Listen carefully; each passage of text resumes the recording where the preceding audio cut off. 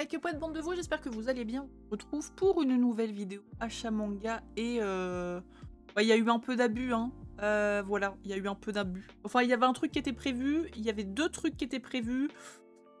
Il y en a un petit peu moins, mais c'est celui qui m'a coûté le moins cher, donc ça va, voilà. Il y avait beaucoup de réceptions, comme je vous disais la semaine dernière, parce que début du mois, c'est là où il y a tout.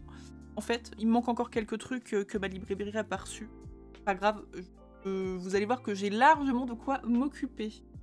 Par où on commence? Bon, on va commencer par la réception que j'attendais le plus. Pendant les vacances, pendant les vacances, il y avait pas mal de brocantes, etc. cet été. Et je m'étais trouvé le tome 3 d'Happiness en occasion. C'est de Shuzo Oshimi, qui est l'auteur des Liens du sang, Dans l'intimité de Marie, aïe ma lunette. Perdouille. Les Fleurs du Mal, j'adore cet auteur. Depuis que j'ai lu Les Liens du sang, je suis absolument fan de ce que fait cette personne. C'est des gros mangas psycho, mais c'est hyper intéressant. Graphiquement, c'est très très visuel sur certaines planches. Enfin, vraiment, je trouve ça absolument incroyable. De quoi ça parle-t-il? Ça nous dit « Un seul choix, devenir un vampire ou mourir. Makoto est un lycéen banal, souffre-douleur de ses camarades de classe. Mais un soir, sa vie bascule. Une mystérieuse jeune fille se jette sur lui pour boire son sang et lui offre un choix. Mourir ou devenir un de ses semblables. Makoto choisit de vivre. Mais l'adolescent n'imagine même pas que sa décision l'entraîne dans une descente aux enfers. » Pourquoi pas?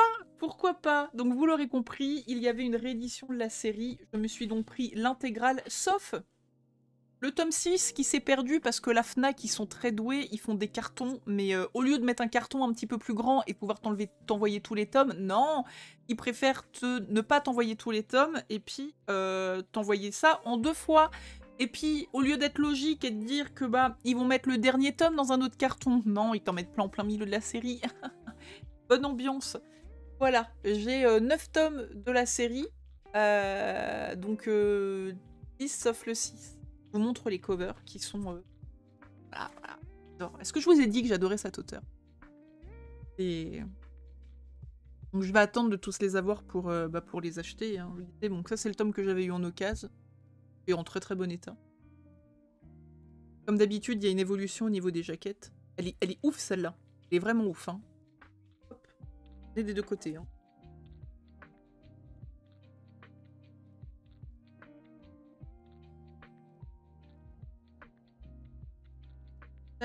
Celle-là qui est full crayon de bois. Ça super beau. En mode esquisse. Et tac. Ça c'est vraiment un de mes auteurs coup de cœur. En fait j'ai vraiment 3 auteurs où je suis à donf. Bon Kaori Yuki, voilà. Ça je pense que c'est vraiment depuis que j'ai commencé les mangas. J'ai commencé avec Kenshin le Vagabond et Angel Sanctuary quasiment. Donc bon. Voilà, j'ai Shuzo Omishi et j'ai Tsutomu Takahashi. Vraiment, j'adore ces 3 auteurs. Leur patte graphique, elle est incroyable. Donc voilà, ça c'était pour le premier achat qui faisait suite aux rééditions de chez Pika, puisqu'il y avait eu les Young GTO le mois dernier, et ce mois-ci, il y avait donc les Happiness et la courtisane d'Edo que je vous ai présenté la semaine dernière, qui sont là. Voilà. Ensuite... je sais pas ce qu'on fait. Est-ce qu'on finit... On va finir par les nouveautés de la semaine. Vas-y. On va finir par les nouveautés. Ah bah Shaki. Gentil de passer. Allez mon chat.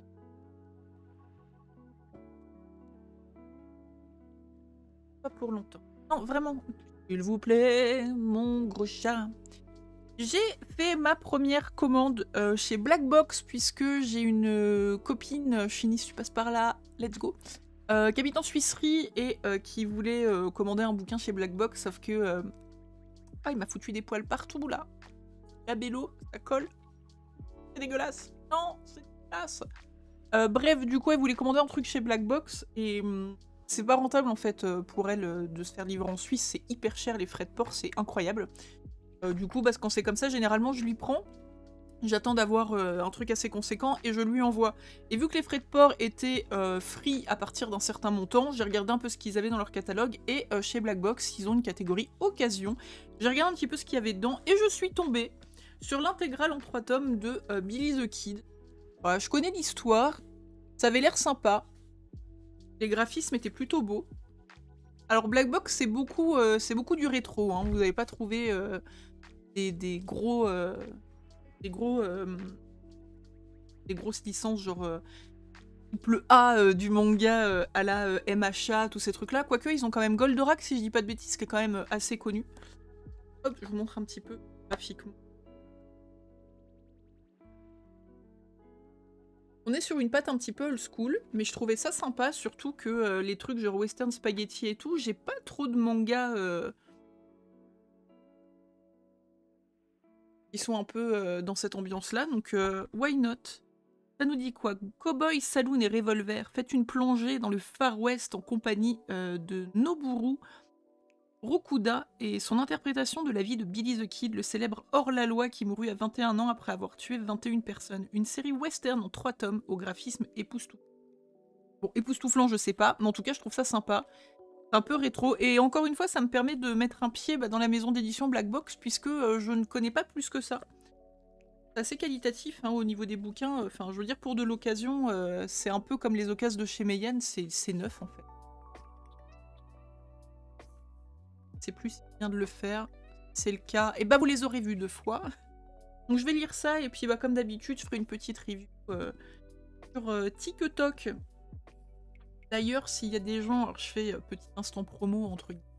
S'il y a des gens qui hésitent à se mettre à TikTok parce que représentation d'appli avec des gamins dessus, je vais pas vous mentir, oui, il y a beaucoup de trucs complètement débiles, mais il y a quand même une super communauté manga sur cette appli-là.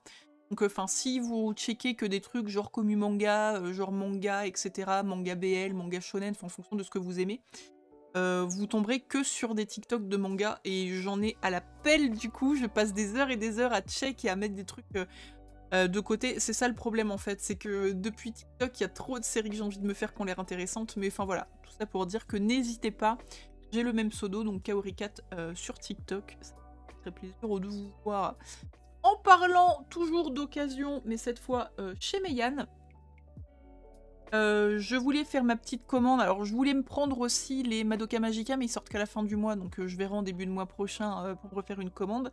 Mais je me suis pris donc là en neuf le tome 8 de Masamune Revenge que je n'avais pas encore pris et le tome 11 de Konosuba Soit béni monde merveilleux. Mon dieu, lisez Konosuba ou regardez l'animé, c'est absolument incroyable, c'est une pépite, c'est beaucoup trop drôle.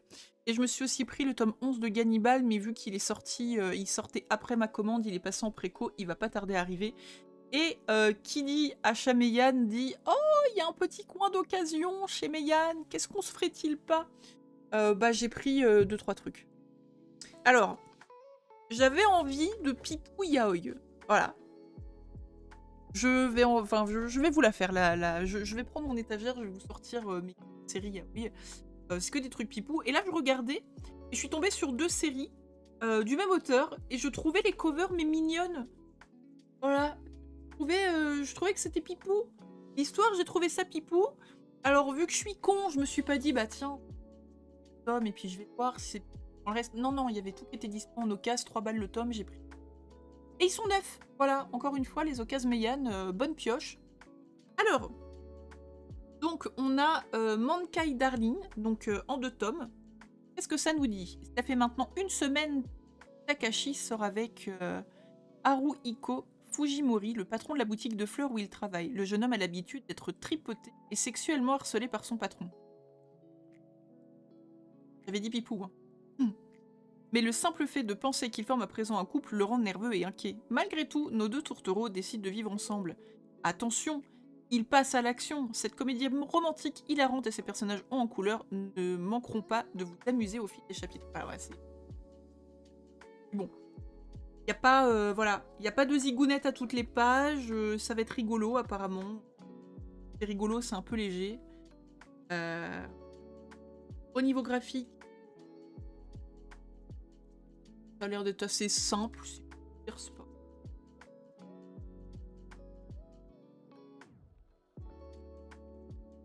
Mais bon, il y avait des avis en mode oh, c'est trop mignon, machin. C'était pas genre t'as peu dedans, je suis pas ta mère, tu vois. Enfin, ça avait l'air cute. Je me suis dit, let's go. Voilà, ça avait l'air d'être. Ça peut-être un peu maintenant que j'ai lu l'arrière en fait.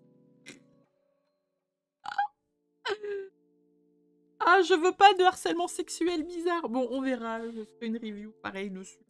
Et du coup, bah, comme je disais, j'ai pris la deuxième série qui s'appelle Mad Cinderella. Alors, épouse-moi Ryota. D'un côté, Sakushi Tenjin, héritier de la plus grosse puissance industrielle du Japon, et de l'autre, Ryota Kishi, élevé dans une famille, tout ce qui est de plus ordinaire, voire même aux limites de la pauvreté. Voisins, les deux garçons ont toujours été ensemble depuis le jardin d'enfants jusqu'au collège. Peu de temps avant de partir dans un lycée en Amérique, Sakushi fait sa demande en mariage à Ryota. Il paraît ensuite sans donner de nouvelles pour revenir plus amoureux que jamais quelques années plus tard.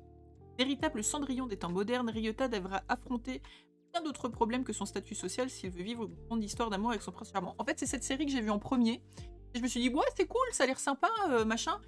Elle fait une série, il y a 2 tomes, je prends la deuxième. Je n'ai pas lu de quoi ça s'intitule. Et ça, on verra.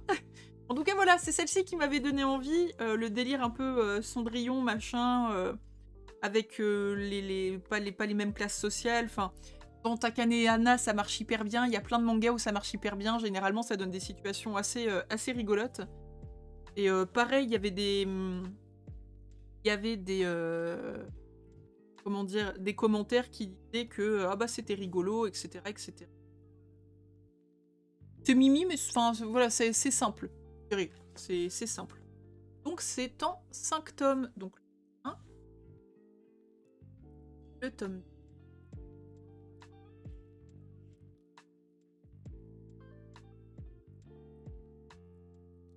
4 et le tome 5.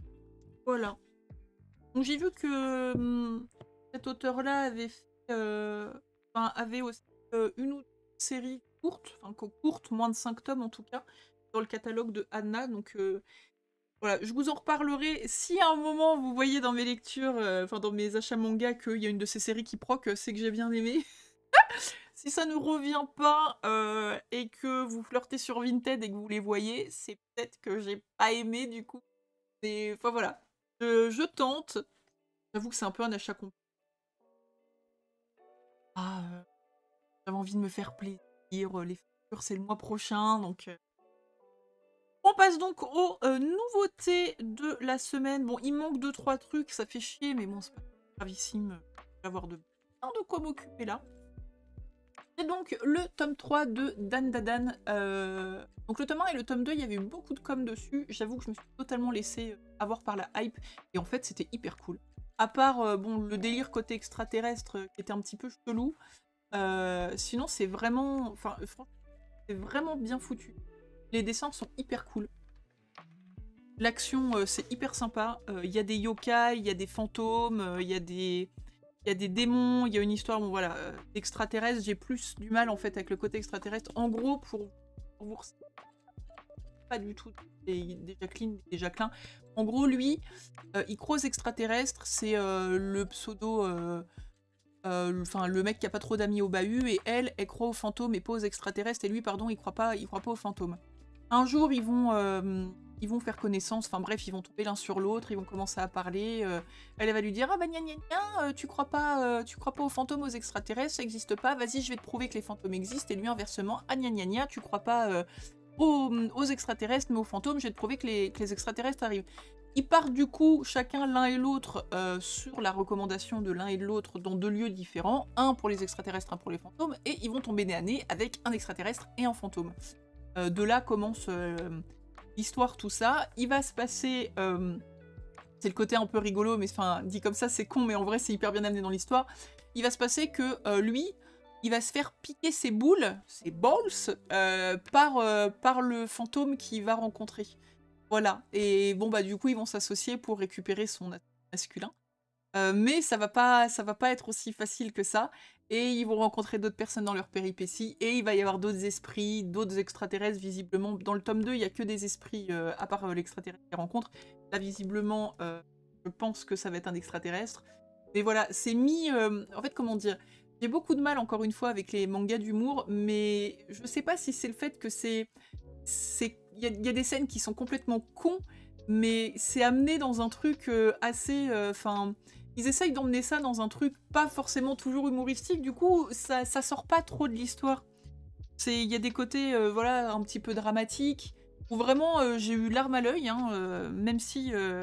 Enfin,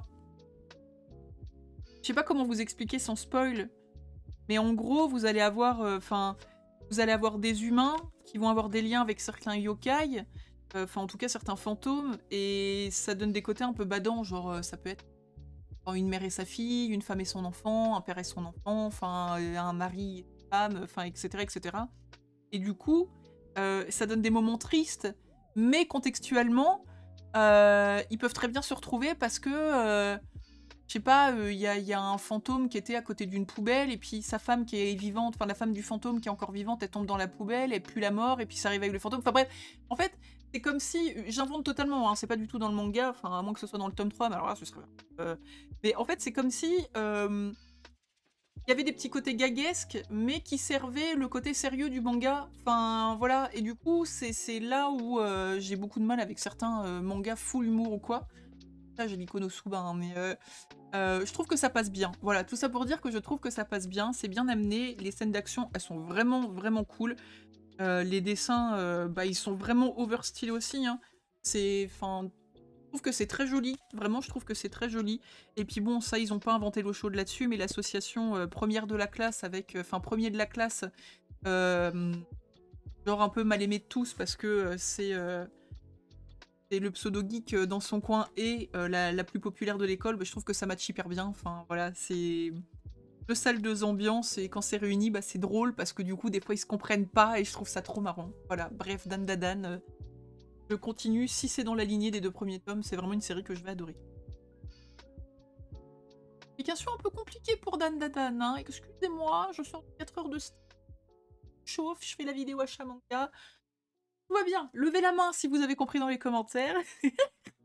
On continue après en partant chez Mangetsu avec la suite de Shiruran. J'ai pas lu le tome 10 encore. Je me les réserve un peu de côté parce que c'est vrai qu'entre Sito et Shiruran, vu qu'on est dans la même époque, croise un petit peu et j'ai un peu de mal des fois à retomber sur mes pattes. Donc Shiruran, les 10 premiers tomes, enfin les 9 premiers, c'était incroyable. C'est en mode over testostérone, hein. Je le dis à chaque fois, mais ça pue l'action. Il y a du sang, il y a de la baston. Voilà, il y a des carrures un peu démesurées. Putain, le mec, il a un coup, c'est mon ventre, quoi. Aussi gros que mon torse. Mais c'est vraiment hyper cool. Juste, voilà, comme je disais, je les mets de côté. Là, je sais qu'on arrive sur les derniers tomes par là. Je pense que je vais attendre la fin de Sido et je vais me relire le début de Shiruran pour enchaîner après. Et au moins, ce sera le seul manga que j'ai dans la même période avec toute cette époque-là de Shinsengumi, etc. Parce que je me noie, en fait. Voilà, je me noie. Des fois, je suis en mode... Non, mais c'est passé ça la dernière fois. Parce qu'en fait, dans les 2 mangas, on croise les mêmes personnes. Enfin, il y a des personnages qui sont les mêmes dans les 2 mangas, mais vu que c'est romancé autrement et dans des situations différentes, il n'y a pas de lien réel, donc c'est un peu perturbant des fois. Donc voilà, je me le mets vraiment de côté, mais je les continue parce que vraiment cette... Soon, dès que Sido est fini, je... Par contre, lui, je ne vais pas attendre qu'un autre manga soit fini. C'est bien entendu Awashi. Diable, really. J'ai l'habitude depuis un peu les dessous. Incroyable. Mais... Awashi, je ne peux que continuer, voilà, à vous le dire. Quand Awashi est sorti, c'était la compétition entre Awashi et Block. En vrai, je trouve ça... Parce que, à part le fait que... à voir, mais sachez que moi, Awashi a gagné, j'ai revendu les Blue Lock. Bon, pas du tout parce que Awashi est meilleur que Blue Lock. Enfin, si d'un côté, dans mon sens, oui, parce que j'ai pas trop aimé Blue Lock. Mais Awashi, c'est tellement bien. C'est vraiment tellement bien, la construction du personnage principal. J'aime pas le foot, hein. Vraiment, je suis pas footeuse. Enfin, de manière générale, j'aime pas spécialement le sport. Mais on est dans un esprit shonen de ouf. Et la construction du personnage principal, il est vraiment cool. Des mecs autour de lui sont vraiment cool. Le gars, c'est le dépassement de soi. Il est déçu parce qu'il fait pas ce qu'il voudrait faire dans l'équipe où il est, mais il se bastonne à fond parce qu'il ça marche, entraîneur, pour lui, il a confiance en lui, donc il se donne vraiment à donf. Il y a des échecs, il se relève, c'est vraiment trop bien. Vraiment incroyable série. J'adore Manga. Ce qu'elle propose. Enfin, il propose. Cette maison d'édition propose des trucs. Je continue après avec Shine, qui est ma petite série de mode qui est catégorisée shoujo. Et un peu couillon parce que pour le coup, enfin, les catégories en vrai, je trouve que ça veut plus dire grand chose. Shonen, shoujo, seinen encore un petit peu peut-être, mais la limite elle est tellement fine. Et le shonen des fois, pour moi c'est pareil en fait. Shine aurait pu être un shonen. Je sais pas s'ils ont catégorisé ça parce que ça parle de mode et que gna gna gna, la mode c'est pour les meufs. Enfin bref, j'extrapole mais j'en sais rien en vrai parce que c'est pareil. Les deux héros, les deux protagonistes de l'histoire, celui qui veut devenir styliste et celle qui veut devenir mannequin, mais on est tellement dans un esprit shonen aussi, en mode dépassement de soi, c'est vraiment trop bien. Et en plus, les deux s'aident. Enfin, c'est trop pipou. Les dessins sont très mignons. Moi, j'aime beaucoup. C'est très très propre. C'est hyper épuré. Quand ça parle de vêtements et qu'on est sur des défis et tout, c'est hyper bien fait. Il y a des détails à chaque fois. Enfin, encore une fois, c'est comme à Ohashi, en fait. La mode, je m'en tamponne la nouille. Je me lève le matin, j'ai les yeux en vagin de taupe, je ne vois rien. Je tâtonne dans mon armoire en mode je vais mettre ça aujourd'hui, j'enfile les coups, je ressemble à un sac à patates quand je sors de chez moi, ok? C'est bon? Ça vous parle? Donc on est à 1000 lieues hein, entre mon armoire et qu'est-ce qui peut se passer là-dedans. Et c'est tellement intéressant et c'est tellement bien. Vraiment, Shine, c'est vraiment une série que je conseille. Elle est vraiment, vraiment, vraiment sous-connue et c'est dommage. C'est vraiment dommage de ne pas lui laisser. Je pense si vous avez l'occasion un jour de trouver une occasion, moi c'est ce que j'ai fait. Hein. Au début, c'est un pote qui me l'avait conseillé. J'avais pas trop, je trouvais juste les jaquettes jolies parce que c'est vrai qu'elles sont toutes en mode un petit peu, comment dire, couverture de magazine, voilà. C'est ça très joli et un jour j'ai trouvé une occasion sur Vintage, je me suis dit bah vas-y les 3 premiers tomes et enfin, c'est tout ça. C'est trop bien. Petit coup de... Parlant coup de cœur, les mangas de chat et moi, voilà. Je continue, colocataires à leur manière, c'est vraiment, vraiment, mais tellement mignon. La particularité de ce manga, outre le fait d'être voilà, dans une relation chat comme dans tout bon manga de chat, c'est que on va avoir des chapitres découpés. Un coup, c'est le point de vue de l'humain. Un coup, vous allez vivre les mêmes situations, mais du point de vue du chat. Et en fait, ça s'alterne comme ça, et l'histoire se déroule comme ça. Et en vrai, c'est tellement intelligent d'avoir fait ça. C'est vraiment trop, trop mignon. Vous voyez, par exemple, hop, vous allez avoir le premier chapitre qui va être cheminement de pensée côté Subaru. On va vivre voilà, ses péripéties à lui. Avec toujours le petit chat qui est quelque part dans le coin. Et le chapitre d'après, vous allez avoir cheminement des pensées côté Haru. Là, on va suivre le petit Haru.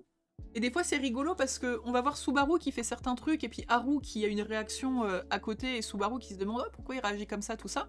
Et en fait, dans le chapitre d'après, on va voir à travers Haru, Subaru qui fait une connerie, par exemple, qui fait tomber un truc. Et Haru qui va expliquer ouais putain il m'a fait sursauter machin ça me fait penser ou à ça et ça me fait penser à ci à ça et c'est vraiment mignon et enfin encore une fois moi c'est pas compliqué pour moi de me faire craquer sur un manga de chat mais qu'est-ce qu'ils sont mignons donc bon voilà on est sur un délire de au niveau de la relation on est sur un écrivain totalement associable qui est limite agoraphobe qui va un jour tomber sur un petit chat des rues qui va l'adopter le petit chat des rues qui a beaucoup de mal avec les yeux et qui va finalement finir par adopter son humain aussi. Vraiment cute. Je sais pas du tout combien il y a de tomes là-dedans. Ça fait partie des séries comme La Gameuse et son chat. Bon, elle, je sais qu'on arrive bientôt à la fin, mais j'ai pas envie que ça se termine. Voilà, c'est mignon. On arrive sur un auteur absolument incroyable, puisque j'ai récupéré le tome 5 de Black Box, qui est l'avant-dernier tome. C'est ma série 2022. Voilà. Très clairement, déjà la découverte de cet auteur, l'auteur que je vous Oshimi là, si c'est ma découverte 2021, cet auteur-là c'est ma découverte 2022. J'avais déjà lu 2-3 trucs genre Nun et Détonation. Et alors Sido, la claque. J'ai adoré dès le premier tome. Enfin, le premier tome est très très dur d'ailleurs. J'ai adoré dès le premier tome. Soul Keeper, j'aime bien. Blue Heaven, j'ai un peu plus de mal, mais la patte graphique est incroyable, donc let's go. Alors Black Box, c'est une dinguerie. Donc comme je disais, c'est une série qui va être finie en 6 tomes. J'adore en plus, alors vous ne verrez pas, mais c'est une couverture un peu craft. J'adore le toucher de la cover.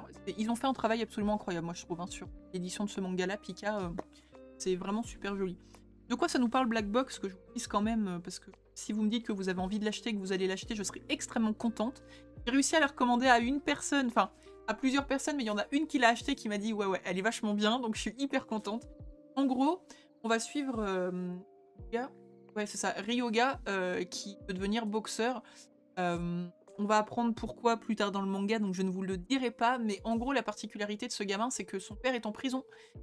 C'est un assassinateur, et du coup, tout le monde voit Ryoga par le prisme de son père, et tout le monde est en mode ouais, un meurtrier qui fait de la boxe, personne ne veut de lui nulle part. Quand il va commencer à faire ses premiers matchs de boxe, ça va être ouais, l'assassin face à machin, vous n'avez pas peur de combattre contre lui, c'est un assassin. Enfin bref, il en prend plein la gueule à cause de ce qui est arrivé à son père. Et en fait, dès le début du manga, on se rend compte que son père, il le met à un piédestal, mais genre un truc incroyable. Il déçoit pas son père, son père il veut qu'il fasse de la boxe, il fait de la boxe, il a pas de copine, il a un régime strict, il sort jamais de la salle de boxe à part pour aller courir dehors. Enfin, voilà, c'est vraiment une rigueur de fou. Jusqu'au jour où il va rencontrer un autre gars qui lui ne fait pas de boxe à l'origine, mais qui suite à leur rencontre va changer de discipline sportive pour faire de la boxe. Ça va devenir son rival, de ouf. Et là, dans ce tome 5 là, c'est gros match. Et j'arrive pas à imaginer une issue favorable en fait. Je l'ai pas lu encore. Je n'arrive pas à imaginer d'issue favorable à ce manga. Et ça me fout les boules parce que plus on avance dans les tomes, plus je me dis que non, ça peut pas bien se finir. Ça ne peut pas bien se finir. Mais j'ai envie de savoir la fin. Et vraiment, ce manga, c'est un manga court, mais il me tient de ouf. C'est une dinguerie. Alors, je vais vous montrer. Enfin, ce que j'aime en fait dans cet auteur, outre les histoires qu'il raconte, donc celle-là me touche particulièrement. Je serais même pas capable de vous dire pourquoi, parce que je boxe. Mon père n'est jamais allé en prison, il a jamais tué personne. Enfin, je ne sais pas. Mais je le trouve incroyable. Et ce que j'aime beaucoup dans cet auteur, c'est sa patte graphique. C'est, on dirait, alors je l'ai déjà dit, hein, pour ceux qui ont déjà regardé les vidéos, vous m'avez déjà entendu dire ça sur d'autres mangas, mais j'ai l'impression que c'est une aquarelle en noir et blanc. Tout est beau. La gestuelle, enfin, l'action en fait qu'il donne à ses persos, c'est beau. Tout est beau. Le mouvement, enfin, j'adore. Voilà, c'est genre vraiment, je suis fan de sa patte graphique. C'est autant Oshimi, fan de sa patte graphique par par l'esthétique assez simple, dans le sens où il n'y a même pas besoin de texte, elle nous fait rentrer. Enfin, elle, je sais même pas, un mec, en tout cas, nous fait rentrer dans la peau de ses personnages. On est dans la psychologie des persos. C'est vraiment incroyable. C'est un gros, enfin, c'est dans les liens du sang. On a vraiment... des fois, il y a des planches, plusieurs successions de planches où il ne se passe rien. Genre là, pour ceux qui... Le dernier tome sorti la dernière planche, elle est incroyable. On arrive en un dessin à savoir que le perso principal, il est bousillé. Il s'est bousillé, quoi. Et alors qu'il n'y a pas une bulle de texte. Genre pendant les peut-être 3-4 dernières pages, il n'y a pas de texte. C'est juste une succession de dessins. On est totalement dedans, quoi. C'est incroyable. Là... Pas du tout sur le côté psychologique, mais sur le côté peut-être action. Enfin, je trouve en fait que ces persos, ils sont vivants. Tout est vivant dans ces mangas. Mais là, je vous prends l'exemple du match de boxe, donc forcément, il se passe des trucs, donc ça donne de l'action. Mais si vous regardez sous le cœur le tome 6 qui est sorti en même temps, on n'est pas du tout sur... Alors attendez, parce que le gars est à l'envers. Ne quittez pas, il y a eu un problème quand ils ont mis la pochette, c'est pas dans le bon sens. Pas lire les bulles. Donc, je disais Soul Keeper, qui n'est pas du tout sur un manga de boxe, mais là, on est sur une histoire où le premier ministre du va avoir un ange gardien attribué. Il revient sur Terre pour être ange gardien. C'est un combat d'esprit. Influence néfaste, etc. C'est hyper intéressant aussi. Et donc du coup, on n'est pas dans une action pareille, mais graphiquement, c'est une dingue aussi. C'est fou, c'est fou.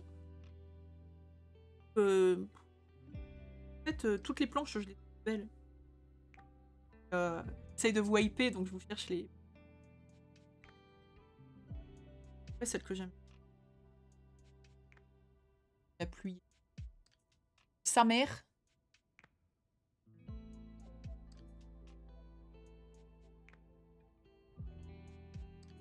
Tac.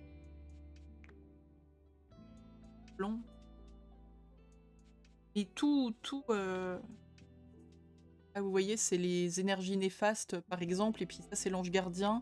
Ça, c'est le Premier ministre, et puis ça, c'est les effluves un peu néfastes qui peuvent aller... Mais voilà, c'est tout. Je trouve qu'il sait rendre son dessin over-vivant, et c'est beau. Ça marche vachement bien, c'est beau. En fait, c'est des mangas que je mets peut-être plus de temps à lire, enfin, que je peux mettre moins longtemps à lire que les autres, parce que le texte sert le dessin, alors qu'il y a d'autres mangas où, pour la majorité, je trouve des mangas, le dessin sert le texte. Je sais pas si vous voyez ce que je veux dire, mais c'est juste...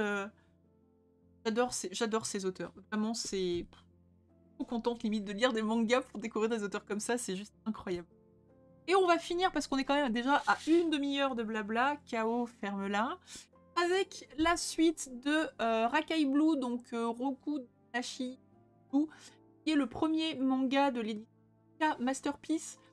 On va avoir une jolie fraise, je crois qu'il y a plus une vingtaine, d'une vingtaine, voilà, la série. C'est le tome 4, on en a pour un petit moment. C'est la réédition de Rakai Blue qui était parue à l'époque aux éditions Furio, pardon. Et j'avoue que là, pour le coup, la patte graphique m'a scotché aussi. Là, j'avais jamais lu Rakai Blue, parce que j'ai lu, il faut littéralement vendre sa mère, son père, et espérer avoir des frères et sœurs pour pouvoir mettre un petit peu au bout, parce que ça coûtait un bras. Mais en fait, il y a beaucoup de... Vous voyez, regardez. Les persos, ils sont over détaillés. Ça donne vraiment un style rétro aussi, hein, en fait, hein, très particulier. Mais c'est super joli. C'est vraiment super joli. Le trait du dessin est très sympa. Tout est soigné. Et je trouve ça cool. En gros, de quoi ça nous parle? On est... les histoires du héros.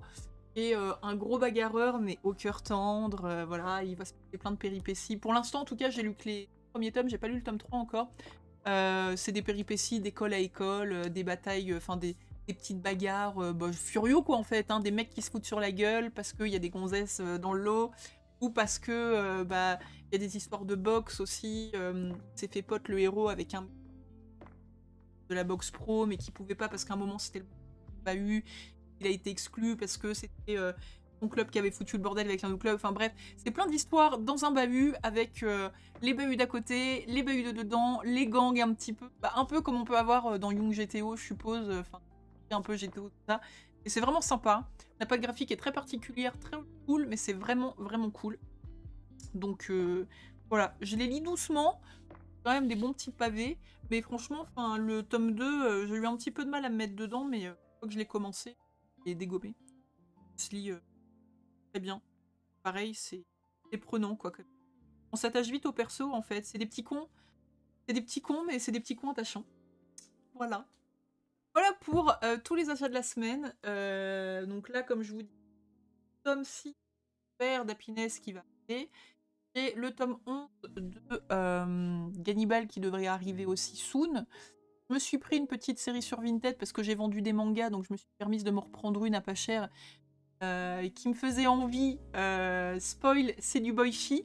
C'est peut-être la seule en fait de Boichi à part Sunken Rock qui me disait bien parce que il a fait des trucs genre dans des histoires un peu méca, un peu cyberpunk dans l'idée. Je suis pas trop fan des mechas, des robots. Enfin, c'est pas ma cam. Donc il y en a une par contre qui avait l'air plutôt sympa, donc elle était cool. Et je vous la présente probablement la semaine pro. Et voilà. N'hésitez pas à me dire en commentaire, vous, qu'est-ce que vous attendiez de ouf pour le mois de décembre? Est-ce qu'il y a des choses que vous êtes pris cette semaine? Est-ce que vous avez découvert des choses? Est-ce que je vous ai donné envie d'acheter Black Box? Ça, c'est le plus important. Découvrez cet auteur. Black Box, c'est une série en 6 tomes, hein, donc Voilà. Il n'y a pas beaucoup de crainte. Je vous envoie pas sur du One Piece, quoi. Je veux dire, on va pas dépasser les 100 tomes. Mais vraiment, si vous avez l'occasion, je vous invite à lire les œuvres de cet auteur. Graphiquement. En tout cas, je vous remercie d'avoir regardé cette vidéo qui est un petit peu plus longue que d'habitude. Il y avait pas mal de trucs à présenter. Je vous fais de gros bisous et puis on se retrouve très très vite. Portez-vous bien et couvrez-vous parce que ça caille vénère.